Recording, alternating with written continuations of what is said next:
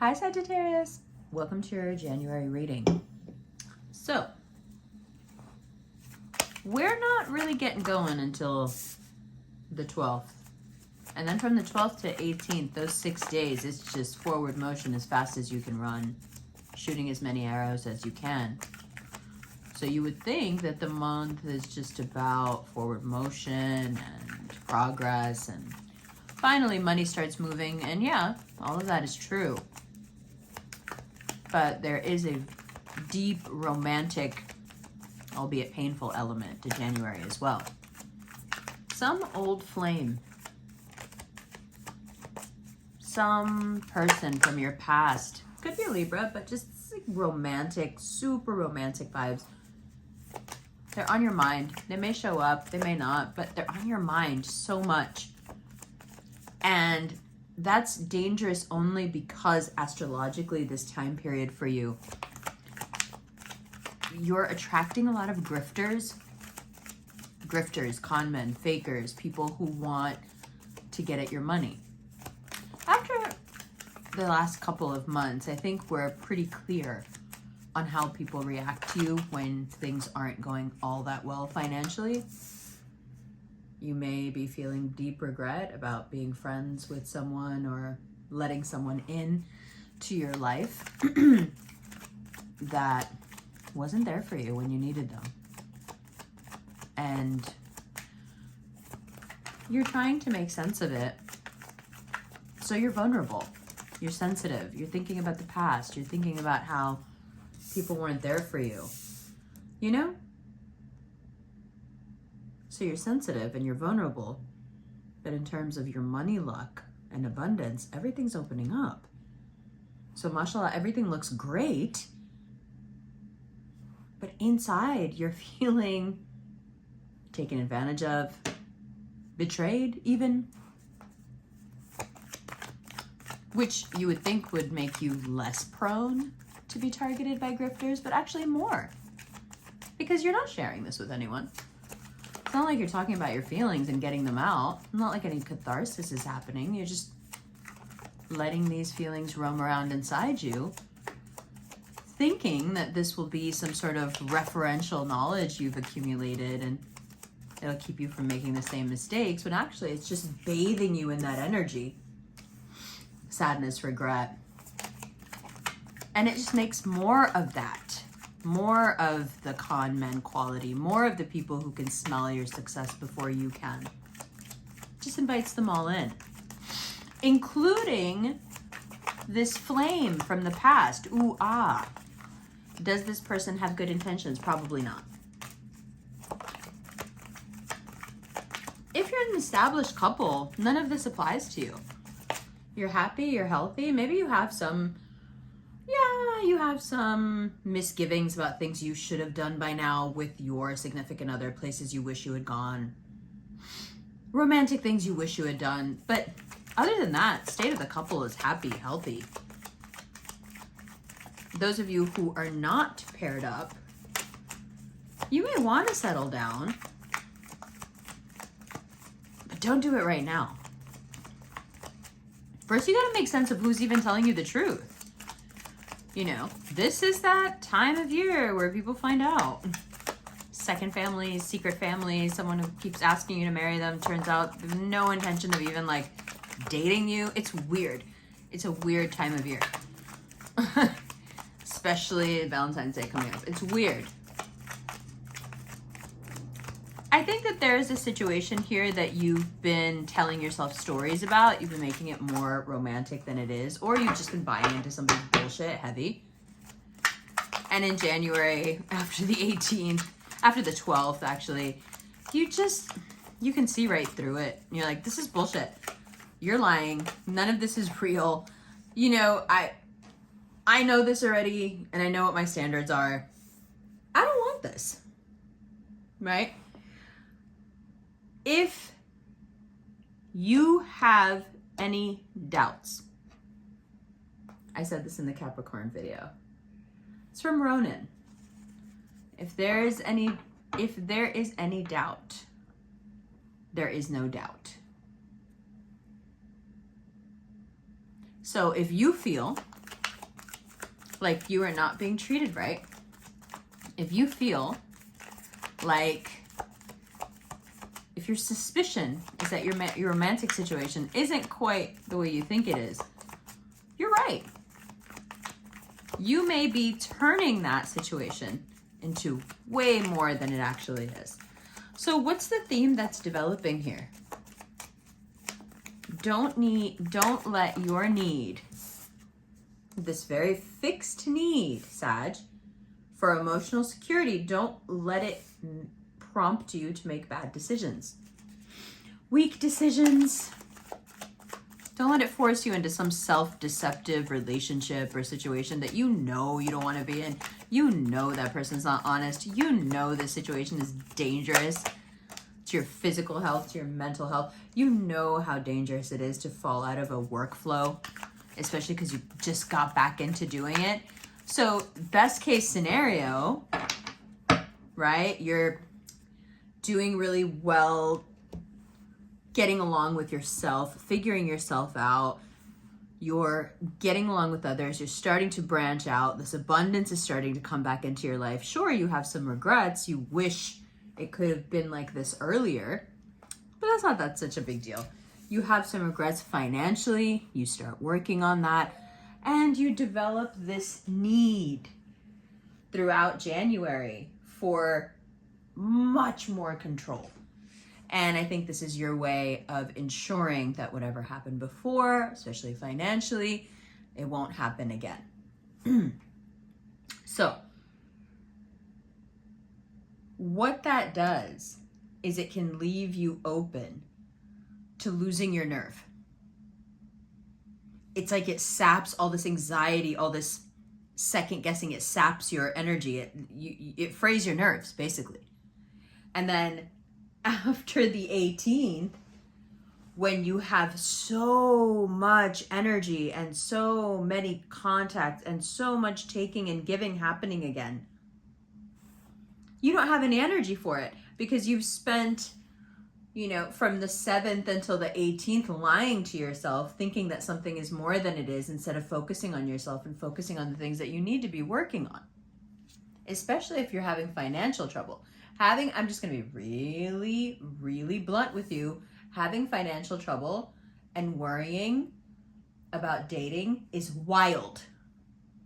It's wild, regardless of gender or how you identify. It's wild. In today's economy, in the culture, the global culture in which we all live, to be worried about a romantic situation when your finances are not good is wild. And you get a harsh taste of that in January if you decide now that you're going to get preoccupied about somebody, what they're doing, what they're not doing, calling you, not calling you. Once you get on that water tide, you're going all the way down. There's no halfway, oh, let me come to my senses, let me refocus back on work. You have a decision to make before the 12th. You've got to decide. And the decision is always going to be the same decision, which is, are you going to choose yourself or not? You're usually really good at this decision, but the beginning of January has you really confused. Meditation will help. Opening your heart, opening up to somebody who's very watery, feels very deeply, very empathetic, that will help. But nothing is going to help if you don't want to partner up with people that are good for you to partner up with, and if you don't want to leave behind whatever delusion you have about some other partnership, some other deal, some other person, you've got to put your eggs in a basket. Instead of being like, okay, I'm going to put some over here, put some over here. Oh, diversifying, that's the way to do it. Diversifying in January can ensure that you end up with nothing. We don't want to diversify our attention. We want to hold and wait and not let all these fantastical explanations for where the doubt is coming from and why do I have this feeling. Stop trying to talk yourself out of your intuition. You know what's going on. You know what this is. When When has this card ever come up and you didn't know what it was about? So what that says is you know exactly what's confusing you. You can see through this. You're a Sag. This is nothing for you. You could shoot an arrow right through this. It doesn't matter to you. You're not looking at any of this when you shoot an arrow anyway. Like, this doesn't deter you. So why it gets so much in your head in January is because it's based in self-deception. It's easy to pretend that none of this is happening. And by this, I mean people who are confusing, sending mixed signals, work situations that are confusing, personal, family situations that are confusing. Like, does anybody care about me in this situation? All of that. It's here. But if you're about it, if what you're focused on is success and not saving your own feelings, not saving your own ego, not wishing somebody was more than they are, this choice to not live in a fantasy is the biggest and most important decision you make, not just in January, but for the rest of the year. Because whatever you decide is true in January is going to stick. So if you decide that this person who's not good enough for you, who's not behaving properly, is the one, then for the rest of the year, you're going to be looking for proof that this person is the one. And you can, over the course of a year, not even a year, 6 months, you can train yourself to accept certain behavior as loving behavior, even though it could be the farthest thing from it. The furthest thing from it, right? So you're basically priming yourself from the 12th to the 18th for which direction you're going to run and where you're going to shoot your arrows. What's the length and breadth of the targets that we're looking at? Do any of those targets, do any of those goals have anything to do with a person who's giving you mixed signals and isn't good enough for you? No.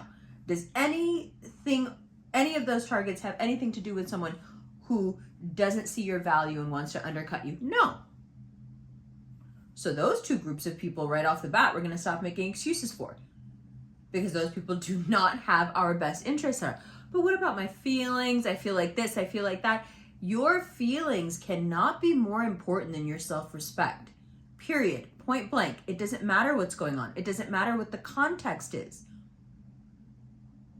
If your feelings supersede your self-respect, every single person you come across, given the situation, is going to take advantage of you. And what makes it worse, and now you're really going to dislike this, it's one thing to be taken advantage of when you're weak, when you're not smart, when you're dumb, right? It's expected. It's fantastical when a smart, strong, capable person gets taken advantage of. Why? Well, it's sad because you know they wanted to be taken advantage of. They're too smart for this. You're too smart for this. You know this isn't real. But you can kid yourself into thinking things are real. You can kid yourself into thinking that someone is there for you when they're not. And then you can spend the rest of the year being let down by your assumptions because they're going to stick. Because you're going to make decisions in January based on how worthy you feel. And those decisions are being made based on whomever is in your life that you insist on making excuses for, or that you insist on giving chance after chance to, which are two different things. People who give excuses, they're not even giving chances. They're not even saying like, oh, you have one more chance and that's it. People who make excuses, like the person can just has free reign. They can do whatever they want. Because you're going to be here to make the excuse to make it okay.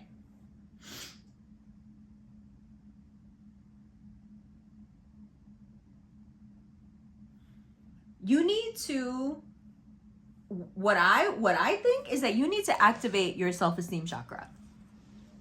You've had some hard financial times. There's been some romantic confusion. You know, there's been a little humbling going on. But now it's time for some catharsis and to get this stuff out so you can make sense of it. Instead of just holding it in your mind in some weird place where you're not processing it, you're not talking about it, you're not doing anything about it, and somehow you think that you're like getting away with something by being slick and just putting it in a holding, you know, somewhere in like a hanger. It's in like a mental hanger in your mind somewhere. I don't have to deal with that. No, you do have to deal with it. You have to deal with it, and you have to, you know, you have to be responsible for how these things affect your body, affect your mind. Like your bad habits, your hidden inadequacies, the way you beat yourself up, the things you'll allow to happen to you because, you know, deep inside, maybe this is what I'm worthy of. Deep inside, not that I would ever tell anyone, but maybe this is what I deserve. This bullshit is affecting your choices. It's affecting what you allow around you. And for some reason, I mean, astrologically, it makes total sense, but January is that month where the universe wants to shake you a little bit and be like, did you forget you're this shit? I don't understand. Like, what happened? What was it that pushed you over this edge of, I'm just like everybody else. I'm not smart enough to direct my life in the right ways. I'm not smart enough to use my instincts. I'm not capable and resourceful enough to have other options. When did that happen? And you don't have an answer for that.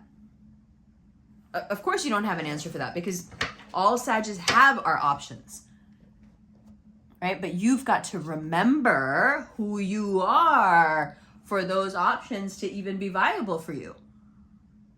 And when we make excuse after excuse for other people and other institutions, we take from ourselves. We lessen our value in our own eyes. It's imperceptible in the moment, but over time, you're just taking and taking and taking. Every time you acquiesce to something externally that doesn't resonate with who you are, especially if it's because of a romantic situation, desperation in the romantic situation, a work situation, desperation because of money, it's taking from you. So now here you are, you've had all this that you've taken from yourself to compromise in all these different situations, and now you're getting this abundance back, and now your self-esteem wants to come back as well. Because you know how you guys are. When money isn't good, your self-esteem has a tendency to drop. It's like all the Sagittarius actors I know. If the phrase, you're only as good as your last job, you're only as good as your last film, you're only as good as your last work, applied to anyone, more than Sagittarians, I don't know about them. But you've got to decide now. My self-esteem is back up. My self-esteem is going back up where it needs to go, because my abundance and my situation is clearing up and going back to what I recognize. So what's all this interim stuff that I did, that I allowed, that I had around me, that doesn't at all gel with this high self-esteem, high functioning, lucky person that I am? You see how a disruption in your luck for just a little while can completely change a person's personality. So now you're back on this upswing, but you've got this baggage and you've got these bad habits that you've picked up. And now it's time to openly confront them and be the honest, bold, fearless person you are and say, yeah, I have been doing that. I have done that. I'm not going to do it anymore. The next time I'm confronted with this choice, I'm gonna choose myself. And then if anyone else wants to choose me, not choose me, they can do whatever the fuck they want. They can go to hell. Once you reset to there, moving your body, getting the sweat out, catharsis, watching stuff that you relate to that makes you, cry and scream and get it out. Do all that and remove and forgive yourself from whatever toxicity has built up over this last 6 months of hardship. Let it go. It's not at all conducive to what's coming. And the energy that you need to deal with what's coming, which is abundance, abundance, abundance. We love it. And it also, it doesn't, if you continue to do it, you'll never heal from it. And it doesn't honor whatever pain this is that's actually bubbling up inside you. There's no way to properly deal with this pain if you continue the behavior. Because you can normalize things. You know how you are. You'll be in the most crazy situations, the most uncomfortable situations. After a couple of weeks, it's like normal to you. You just roll with it. You just go with it. That's your personality. But this is not stuff we want to roll and go with and have integrate into who we are. No, no, no. That's not what we want. And so that deprogramming now starts with you looking at decisions you've been making over the past 6 months, and you've been making them from a place of lack, from a place of worry, and reassessing every one of those decisions as those decisions need to be made again, as these things come up in front of you again from the 12th to the 18th, especially. You're moving forward, choosing yourself, choosing your abundance, not wanting to share it, not wanting to make others comfortable with it, not wanting to lean on anyone. This is not the moment. This is the moment to come back to you. This is about you getting back to your strength, getting back to your luck, getting back to who you are. Yes? I love you. So mucho. The extended will be on Patreon and Vimeo. And then mid-January, you'll get another reading on Patreon just because. Love you.